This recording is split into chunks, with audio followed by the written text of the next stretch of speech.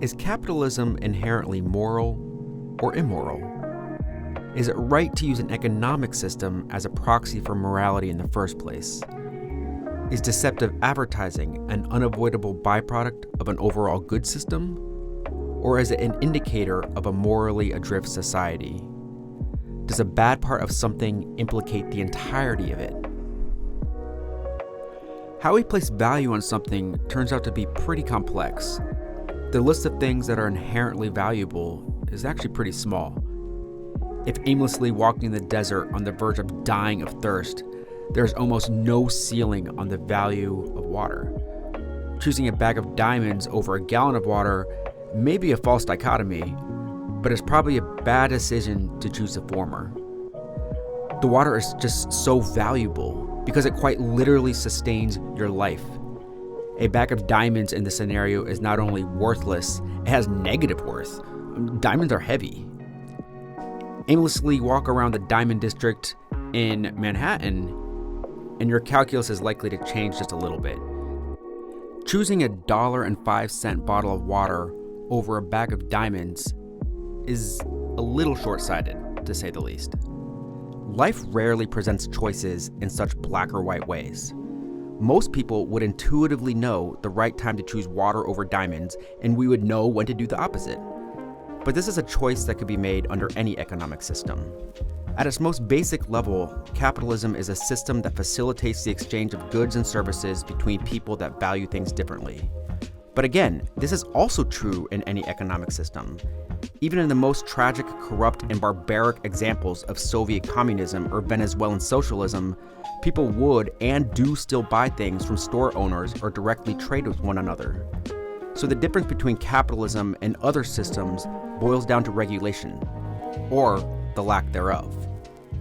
How much regulation to place on capitalist enterprises elicits howls from an ample supply of punditry, all insisting that lowering or raising taxes is good or bad, or social programs are beneficial or detrimental for poor people or rich people. Too much regulation stifles innovation, thus ultimately harming rich and poor people alike. A rising tide lifts all boats but drowns the people on the coast. Capitalism only benefits rich people, leaving poor people chronically disadvantaged, but also rewards hard work and fosters a creation of new value.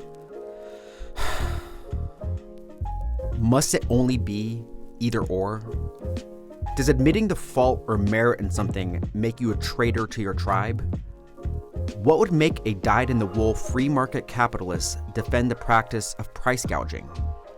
After all, one can acknowledge the benefits that a free market may bring and acknowledge that overnight jacking up of a price 1,000% may be a departure from standard supply and demand.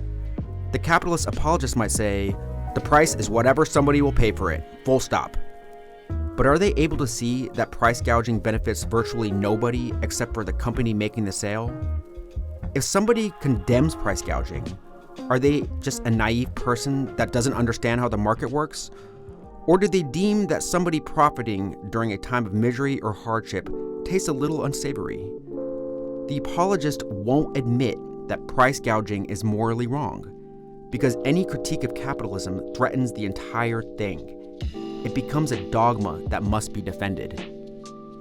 What would make a vocal activist against the evils of capitalist exploitation order something from Amazon on their Apple phone while Ubering across town to a protest against capitalist exploitation? After all, one can acknowledge the myriad ways unbridled capitalism places money into pursuit of it as a highest good, equating wealth with virtue as a bad thing, and not feel guilty for wanting stuff beyond food, water, and shelter. The marvel of technology that is an iPhone and being able to summon a car at the push of a button are both things that emerge from the system of people convincing people to invest money in those endeavors. The activists won't concede that people becoming rich off of groundbreaking technologies is morally neutral. Doing so would betray their own dogma. Becoming rich is evil, full stop. Few things are 100% good or bad. It isn't so black and white. Will higher taxes for billionaires really squelch all innovation? The two opposing sides will say yes and no. But which one is true? Will punishing companies that overpromise with false advertising threaten free speech? to protect the individual consumer and society at large. One camp says it's dangerous to do so, the other says it's necessary. And it's true.